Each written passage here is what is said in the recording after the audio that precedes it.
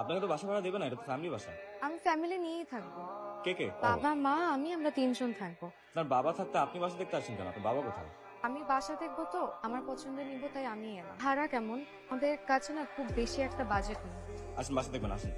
শিশির বলে নতুন ভাড়াটিয়ার কাছ থেকে কম ভাড়া নিয়ে বলছোস? বাবা ওরা আমার খুব পরিচিত বাবা, আমার বন্ধু বাবা। আর বাবা এখন বলে ফেলছি, একটুই তো কম ভাড়া, ফ্রেন্ড তো বাবা, প্লিজ এখন কিছু বলো না প্লিজ বাবা, আমি অলরেডি বলে ফেলছি প্লিজ বাবা। আচ্ছা ঠিক আছে যা, কিন্তু তুমি তোমার হাত খরচ এর মাস থেকে কম পাই। আচ্ছা রাজি।